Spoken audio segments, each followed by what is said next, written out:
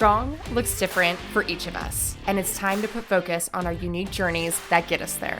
This space created weekly is for athletes to improve their mindset in order to better navigate challenges that come up in sport and in different seasons of life. On this show, we ask the questions that lead to better answers and have the conversations that truly matter. This is the Becoming Your Strong podcast.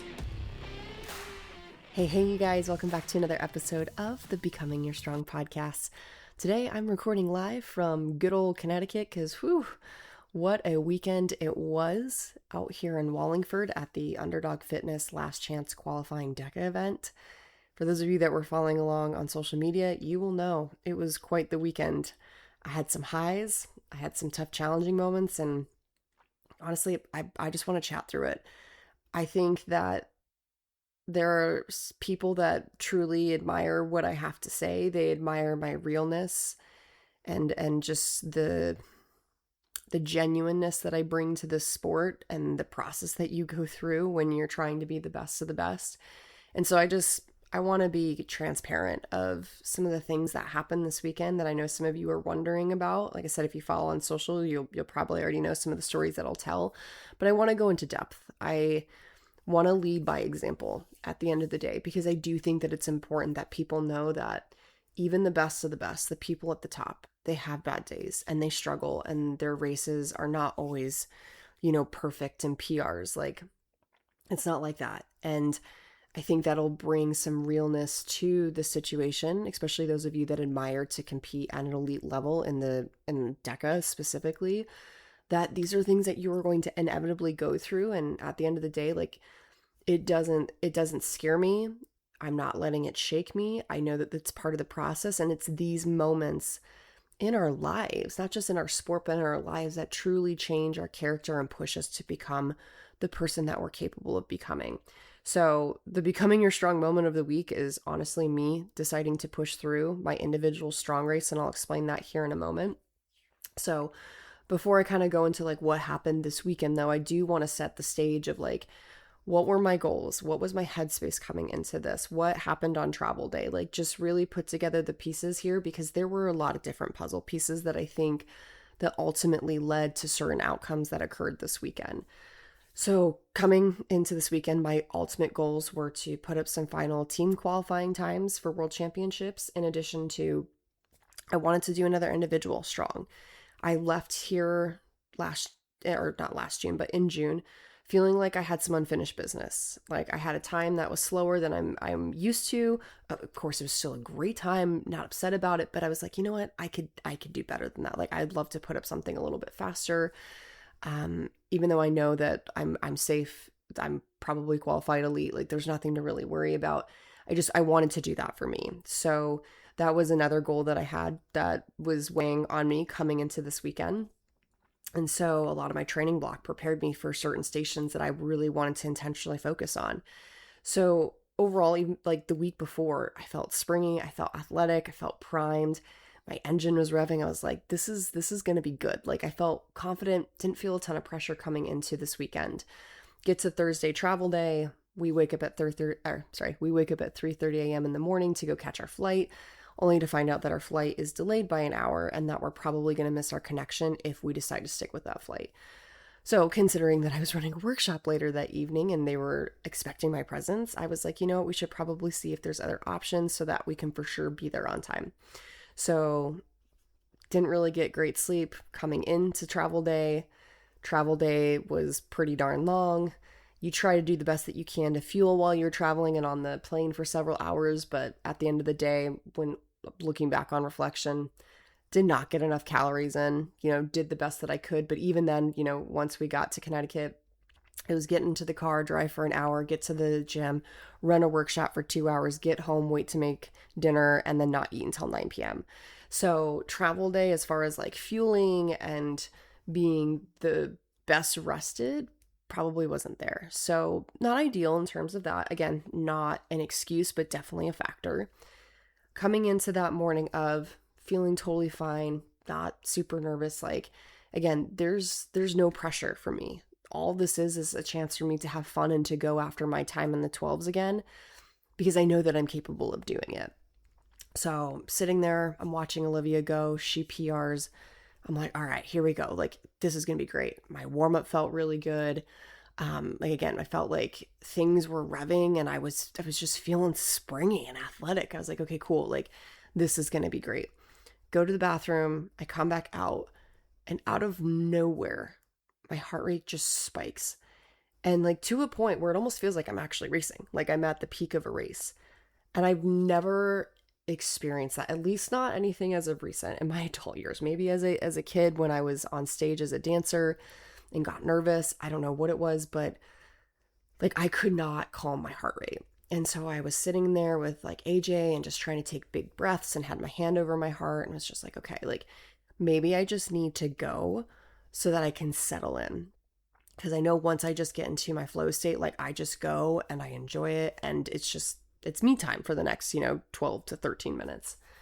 So I start to go, heart rate's not coming down at all. And so things are feeling a little bit harder than what I'm used to, especially at that point in the race. Like for me personally, the kind of racer that I am, to feel in control and relax during those first few stations, like if I don't have that, it's really hard for me to settle into flow. And if you don't settle into flow, it's really easy to notice, wow, this is hard. This is painful. That doesn't feel great. Right. And so the first 5, 6 stations, I was battling my head. And I remember getting on the ski and opening up my eyes and like looking out the garage door, being like, I don't know if I want to do this. Like, I honestly could stop right now and be totally content. So I just mentally, I wasn't locked in, didn't feel great. Like I said, things felt harder than normal. Get to the farmers, go through the farmers, whatever, get onto the bike, and I'm not hitting my paces. And I'm on there for, normally I'm on there for like 125 to a minute 30. Start to see 145 pass by. I'm like, wow, this is the slowest bike I've done in a really long time. Get off, do what I normally do, and I just start chucking that ball over the shoulder. Rep 5 comes, I get it over the shoulder, and I say, I'm done. And I like fall down to my knees. And there's like at least like 5 to 8 people in the room that are watching, that are cheering me on, and it goes completely silent. And nobody knows what to do in that particular moment. And I just remember like taking really big deep breaths. I'm closing my eyes, like my head's down towards the floor. I'm on my knees and my elbows. And this whisper comes into my head and it's like, hey, finish this for you. Doesn't matter about a time anymore. Like just don't make this another reason or another story as to how your mind, how fear, how doubt, how pain won. Make this a story about how you were courageous to continue to take step forward, no matter what the time is. And so I removed whatever pressure that I felt to try and go back into the 12s. And I just got up. I didn't say a word. And I just started doing ball over the shoulders. And AJ started counting my reps again. And I just kept moving one thing at a time. And it wasn't fast, might not have been pretty, but the goal was just to move. The goal was just to finish at that point. And so I get done and I finish. And AJ's like, okay, like, I'm so proud of you for doing that. He goes, you did a 13:26. Guys, for perspective, when I came out here the last time and I didn't stop at all, I put up a 13:20. I stopped for probably like 15 to 20 seconds on the floor and I put up a 13:26. That alone was a massive confidence boost of like, whoa, I stopped. I was on pace for something in the 12s for sure. And unfortunately, I wasn't in the right mental space to do what I needed to do. And so upon reflection, again, there were some things that came about that I wanted to share with you guys, not just the experience and being like, hey, some days we just don't got it. And like, that's okay. But there are 3 things that I was like, I feel like the listeners need to hear that were massive takeaways for me. The first is like, it's not over until it's over. I think that the final straw for me was realizing that I wasn't going to hit my bike paces. Like if I was able to muster up the energy to hit the right bike paces, there's a chance that I would have like kept in the fight a little bit more. But at that point, my mind was looking for all the reasons to quit versus all the reasons to keep going. And the bike was probably, like I said, the last straw of that. And when you hear the time that I got and you think about what happened, like how many times do we, because something doesn't feel right, or maybe we didn't get the split that we wanted, or just something within the race, like the strategy, like it didn't pan out how we thought. How often do we give up? Do we quit? Do we mentally start to throw in the towel because we're like, well, it's not going to happen. Like this didn't work out. It's just not going to happen. I think back to when there was a race, and I can't remember which one it was, but it was a high rocks major. And James Kelly was like in the middle or back of the pack, something of that sort. And then he made a massive move on the sandbag lunges and he ended up podiuming him. Like, guys, it is not over until it is over. Like, you could suffer through an entire race and not hit anything and still close really strong. And instead, like I said, my mind was focused on all the wrong things. It was. And it was really hard to switch that. And so now I have that data of like, I need to be with my headspace a little bit more. Maybe I need to do intentional training sessions where I'm not hitting paces and I need to work through closing, right? And not worrying about like, hey, you didn't hit this, like now you're screwed. Like now you'll never do well, or you'll never get the time that you want. Like that's not the right talk. So that was the first bigger takeaway, is like, just because something doesn't work out doesn't mean that you can't pull through, and it's truly not over until it's over. And I think that's a massive lesson for me to learn, especially going into world championships this year, where I'll be in the elite wave again. I will be seeded to win some of these races, and like there's going to be lots of things where I'm going to have to adapt, where things are not going to work out and they're not going to go as expected, or and they're not going to be ideal. Like the best of the best athletes in the world are really good at adapting, and like it's time for me to really take that head on. And again, just remember, it's not over till it's over. And that sort of leads me to the next thing, is really just how mental this is. But I honestly, like, I didn't want it bad enough. I didn't. Like, when I came out here this time last year, it was like, if I want to be in the elite wave, I've got to do this. This time I had the comfortability in knowing that I had a time up. And so when you have that comfortability, it's really easy to be like, oh, well, I don't need to push that hard. I don't need to really, really shoot for this, especially when it hurts, especially when it's uncomfortable, especially when you can't tap into your flow. And again, because of that, as a byproduct, all of a sudden my mind was doing all the wrong things, which was looking for the reasons why I should stop.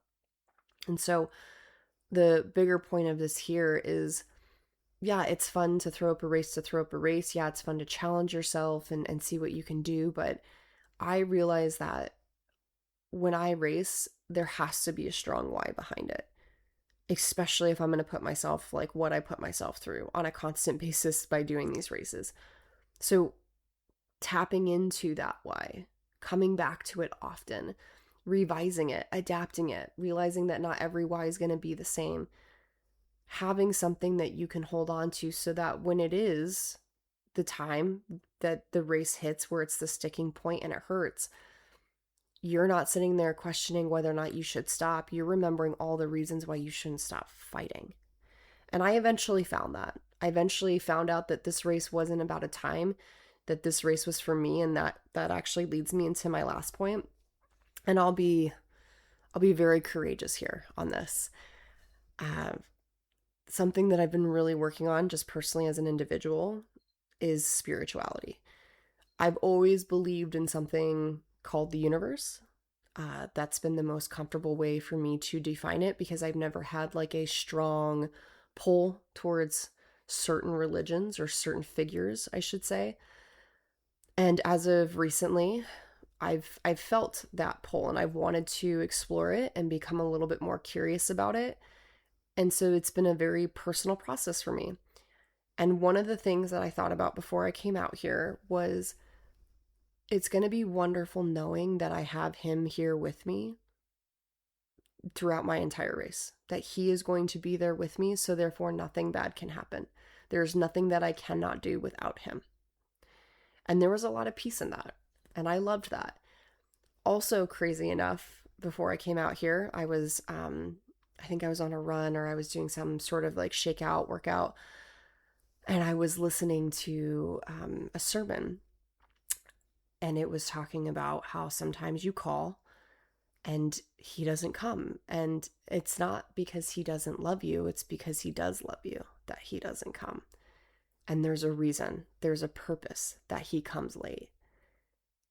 And quite honestly, like there were times, like especially when I was like right before I stopped during the race, where I was like calling and I was like, don't worry, like we're here with you, like you're fine, like just take deep breaths, stay calm, like he's with you. And I didn't feel that. I didn't feel like he was there with me, and I didn't feel like the call was being answered. I truly believe in my heart and in my gut that he stood back on this one and he watched me, not to let me suffer, not because he didn't want to be there for me, because it was better for him to not be there for me, because it was better for him to show his love in that way, to say, hey, I need you to fight for yourself. This is a time where you need to learn these lessons and realize these things, because if I step in and I intervene now, you won't. And who am I to do that to you? Who am I to take you from what you're capable of? And that's how I looked at it again at the end of the race. And I was very courageous in sharing that with people, and that really resonated with them, and it still resonates with me today. And so that kind of boils down to, you don't get the performance that you want, is you're going to get the performance that you need. And I needed to have that. Each time that I go into war like this, because it literally feels like war, there's never anything to be lost. There's always something to be gained. And especially at the level that I'm at, I'm probably going to have more swings and misses than I will have swings and home runs. And that's not a bad thing.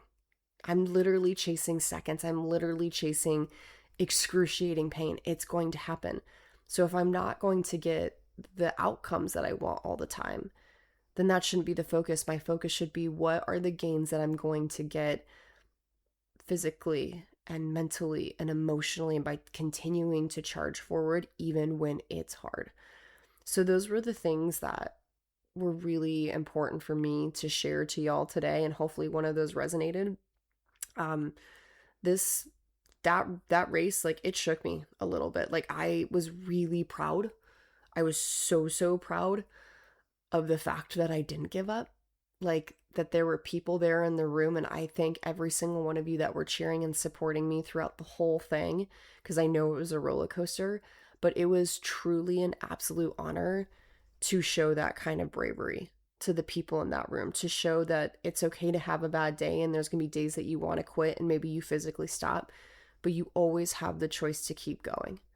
No matter, like, screw the outcome, you always have the choice to show up for you and to continue to keep fighting. And what a gift it was to be the person, that role model, to give them that. So I felt very, very honored to do that for that group of people. And I'll even continue on the story of like what happened the rest of this weekend, because there were things that I didn't share that did happen on that following day, on Saturday. I had 3 races to get done within 2 to 3 hours, and that's a lot. And so my very first race was at 7:30 a.m. in the morning, which is 5:30 a.m. my time back home. And I don't work out at that time anymore. It's been years since I've worked out at 5:30 a.m. Like, I'm like a 10 a.m. like type of girl now, maybe even like an afternoon training. Like, you know, I've had a nice solid poop by that point. like I'm feeling good. Like, the systems are awake, they're firing. So this was something that I wasn't necessarily prepared for as far as my training block goes. But I came back the next day, and honestly, like, I knew this while it was happening, and you guys are gonna laugh because of course it's about food. But so Sam Rell brought these incredible bagels from New York, from his dad's bakery and deli in New York. Oh my goodness, they are so good, but they're big and they're thick and they take up a lot of room in your tummy. And as I was eating it, I was like, you know what? Like, this might be a little bit too much. And I was like, but I have 3 races. I need the calories. Like, I just need to get this down. Well, guess what? It did not settle.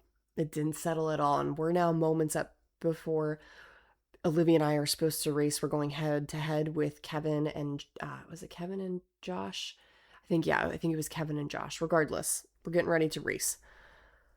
And I'm like, oh, yo, dude, I'm going to vomit. Olivia's also like burping up the bagel that she had. She goes, I feel like I'm sick. She brings over like a trash can. And I'm sitting here thinking, like, okay, like we're in the fitness ability right now. Like we're both firing to where we could set a new world record. And yet here we are freaking wanting to vomit our intestines out. And I literally thought about the day before about how I felt maybe a little pressured to like just go and like get it done and do it. And I was like, I'm not doing this right now. Like, I have to stand up for myself. I have to say, I'm not ready for this. I know we're on a schedule, but like someone else has got to go because I got to try and let my stomach settle. Like, I work way too hard to let myself vomit on the course. Like, that's just not going to happen.